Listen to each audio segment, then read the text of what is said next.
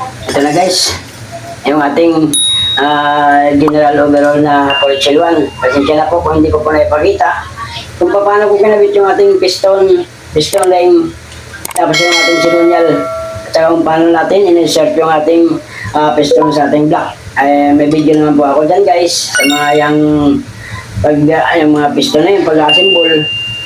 So hindi ko po na-video na yun para hindi masyadong mahaba yung ating video. So yan guys, bali ang kinakabit ko na dyan yung ating clutch assembly. Ayan na, yung ating clutch lining. Yan yung bilowsing, nakakabit niya guys. Tapos yan na guys, yung ating pressure plate. Yan, yung hawak ko na yan, pressure plate na po yan guys. Yung kanina clutch disc po yun, o clutch lining kung tawagin. So yan guys, yung posisyon ng ating clutch lining, lagi yung mayumbok ay lagi nandito sa likod. O yung flat yan, nakapasok doon sa loob. Tapos yan guys, ipapasok ko na yung ating clutch assembly dyan, o yung ating clutch lining pressure plate. So yan, isisiting ko na yan. Yung kinuha ko na yan guys ay yung ating panintro para hindi tayo mahirapan pag ipinasok yung ating makina sa ating transmission. Ayan, may dalawang guide yan para hindi lumaglag. So yan, kinabit ko na yung ating dyan, panintro. Tapos nilagyan ko ng tornilyo na 14mm. Ayan, medyo fast forward tayo kasi mahaba na yung ating video dyan. Bali ito pala guys, yung ating part 2 na video na ito. Yung una, yung part 1 po yan. Ayan, ating part 2 na Porsche 1 na general overall. So yan, ginamit ako na impact drive yan guys. Kasi sure naman tayo na sintro na yan kasi meron tayong at ginamitan natin ng panintro yan guys. Yun, at pagkatapos nyo guys, fast forward ulit tayo. Iangat na natin yung ating makina. Ayan, yung ginadyak na ng partner ko para maiangat yung makina at hindi na tayo magbuhat. Ngayon, ipapasok na natin yan dyan sa ating cabin o sa ulo ng ating makina. Yan, ginamitan natin ng panjak dyan para hindi tayo masyadong mahirapan.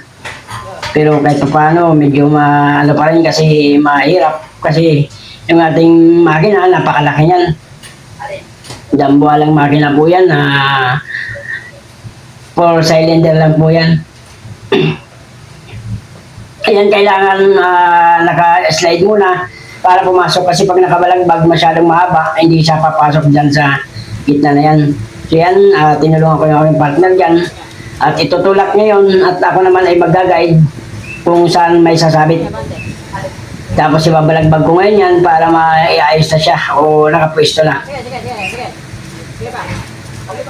Kailangan guys, ingat lang po tayo pagka ganyan, distansya po tayo. At kahit bumagsak man po ang makina ay tayo ay hindi madidisgrasya dyan. Kaya iilag po tayo ng konti pagdating sa ganyan. At yan ay pag nagkaroon nalaglag man yan ay paniguradong dire-diretso po ang makina o dire-diretso ang makina na babagsak. Tsaka alalay, kailangan nagkakaintindihan kayo ng partner nyo kung ano ang gagawin. Ayan, binalagbag ko na yan, tapos ibababa na po niyan guys yung makina. Yan, kailangan dahan-dahan ang pagbagsak. Yan, nagkaway-kaway pa ako dyan. Kahit nahihirapan ng konti. Pero kumaway-kaway pa rin tayo para happy naman pag nagtatrabaho. Yun, binagsak na o binaba na. The next day, Ito na guys, yung update ng ating ginagawa. Ayan, nakasampa na yung ating makina. Nakabit na natin yung ating mga alternator ngayon. Cylinder head naman ang ating ikakabit dyan. Ito, may bago tayong cylinder head gasket. Still ang gamit nating cylinder head dito ngayon. Bali, yung cylinder head na ang ating ikakasa. Ngayon guys, dito maglalagay tayo ng Betagre sa dulo. Betagre ang nilalagay ko dyan. Yung iba, shalak dito guys sa dulo. Okay, Betagre muna para dito. Yung tamang lagay lang, hindi naman masyadong marami. Kasama lang siya.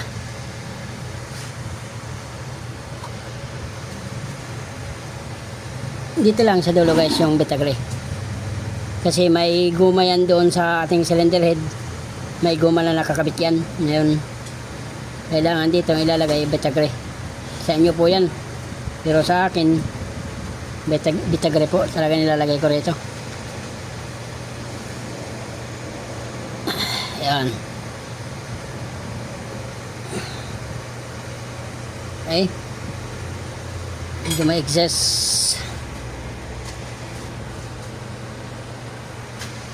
Yan. Tapos shalak. Yan ang ating gamit na shalak.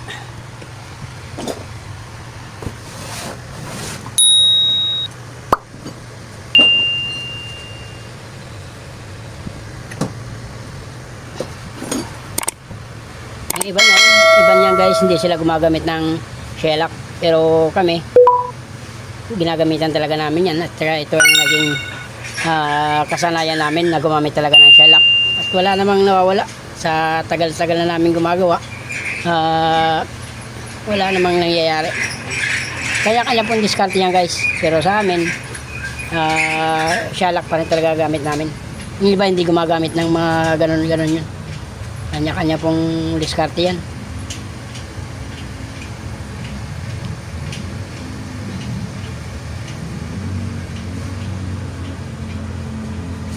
Fast forward tayo guys. At yun, ay nalagyan na natin lahat. Ngayon, ang gagawin natin ay kakabit na natin itong ating cylinder head.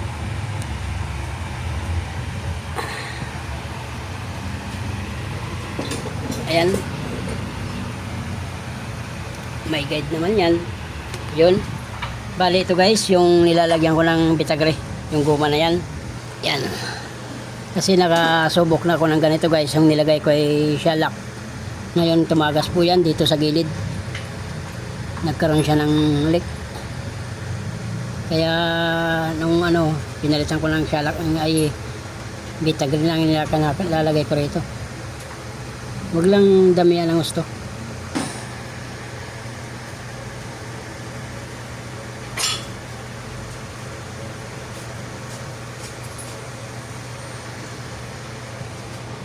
Okay. Then shellac uli ang ilalagay natin dyan. At pagkatapos guys maglagay ng shellac ay yan, sinunod na natin yung ating cylinder head dyan. Diba? Oh. Bande.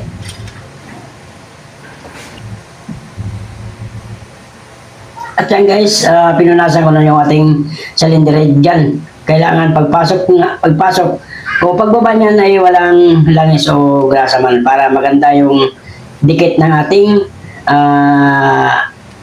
cylinder head. Okay. Pag binaba, kailangan walang langis guys o grasa. At yan, binababa lang ang daan-daan yan. At yan guys, kailangan pag binaba yan ay nakapasok yung ating nasa dowel. May dowel yan guys, yung sa dulo-dulo may dowel yan. Para pag binaba ay diretso siya o short o tsaka hindi nagagalaw yung ating cylinder head dyan. Para hindi ma-deform yung ating cylinder head gasket. At yan guys, dahan-dahan binababa yan.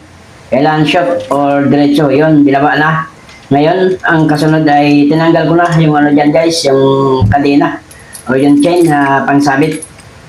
At pagkatapos yan, isusunod na natin yung ating cylinder head board. At yan guys, isusunod na natin yung ating head bolt gun. Ayan, kailangan guys, kung alin na yung malinis, yun po yung ilalagay natin sa loob. At yung may kalawang dyan na head bolt ay sa labas mo yan, kaya pinipili ko yan. Yung para sa loob ay sa loob ko talaga nilalagay. At yung para sa labas na marumi ay sa labas ko nilalagay yan. At fast forward ulit tayo guys, para matapos na to. Pag sumat na, higpitan na natin yung mga tornilyo na yan, yung mga head bolt. At pagkatapos nyan guys, videoan ko na lang to. Pag ito papandarin na natin, masyadong mahaba yung ating video. So videoan ko na lang yan pagka patapos na o start na natin. Marami pa kasi kakabit na mga accessory o wirings o mga tornilyo. Ayan guys, bali nabuo na natin yan. Ngayon, ang gagawin natin ay papandarin na natin yan. Bali yan, nakakabit na yung ating mga accessory. Yan, bago yung hose. Bali yan, papandarin na lang natin yan guys. So ang tanong, maandar kaya to? Itong bagong general overhaul natin. Ayan, naka-ready na yan. Ready to start. Okay, magkaalaman. Pitik-pitikan mo nga muna, boy. Jadi bangan ako dahil dyan. Kaya bawang. Ay! Sige nga. Sige. Sige. Tuloy.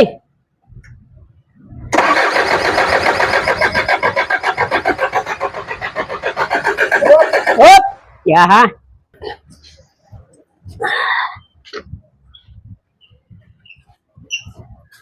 Sige.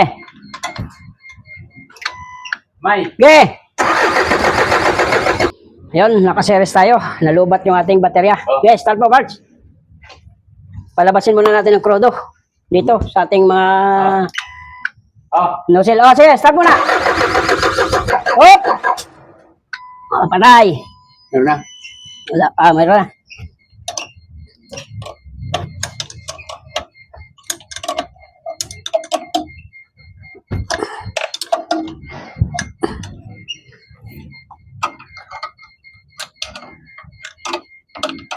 Sige, siya pa. Start. Boss.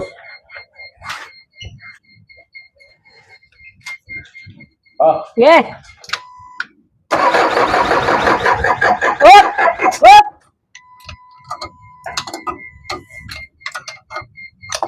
Mahina pa.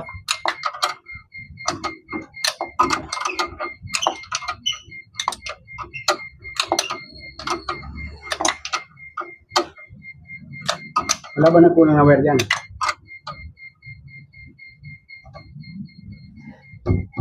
Sige, start. Mahina pa nga ni. Sige. Ping! Sige. Peter.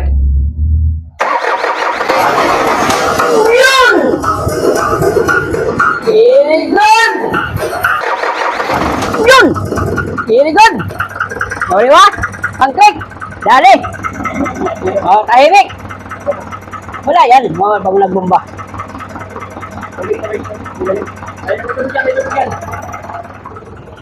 Yun! Bali, napanda natin guys ng nakatama tayo ng timing dito. So yan guys, yung nangyari sa ating general overhaul. Ngayon, nagtagal lang siya na umandar, gawa ng nagpalabas pa tayo ng diesel dito sa ating mga tube. So, nung nawala na yung hangin na yun dito sa ating linya, mandar siyang bigla. So yan, ang ating ginawang general overhaul. Bale, nagpalit tayo ng mga gear, isang gear, ay dalawang gear, tapos sigunyal, yung piston yung parang kinabit natin dyan guys. So yan, yan lang ang ating ginawa dyan, general overhaul. Pero awan ng Diyos, mandar siya. One click pa rin. Yun. Siyempre, tingnan natin kung may rodo. Oo, walang lumalabas. So, malamang tumama itong ginawa natin dito. Sana walang lubay.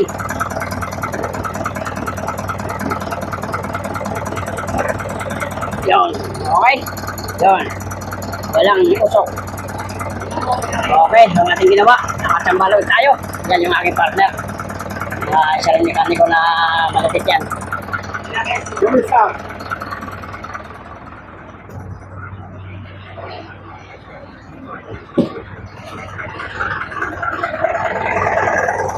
Oh, makarga.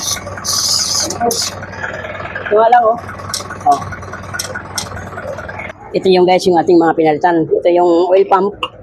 Tapos ito yung gear. Kaya natin pinalitan to guys dahil yan kayod o nadurog. Tapos itong sigunyal, kaya natin ito pinalitan. Gawa lang number 3 ay pud-pud o yan. So hindi na tinanggap ng machine shop. Nireject. Kaya napalit ng scanland na sigunyal na surplus. Pero orig pa rin standard. So yan pa rin yung ginabit natin mga bearing sa Conrad. Tapos main bearing, yung pa rin ginabit natin doon. So ngayon hindi kailangan ng matagal na break yun. Kahit mga ilang oras lang ay pwede nang magamit. Kasi yun naman yung bearing na ginamit. So yun lang yung mga pinalitan, yung general overhaul natin. Yan guys, so bali ito. Isa na namang makina yung nadali natin na nagawa, na overhaul. So hanggang dito lang guys yung aking video. Maraming salamat sa panonood.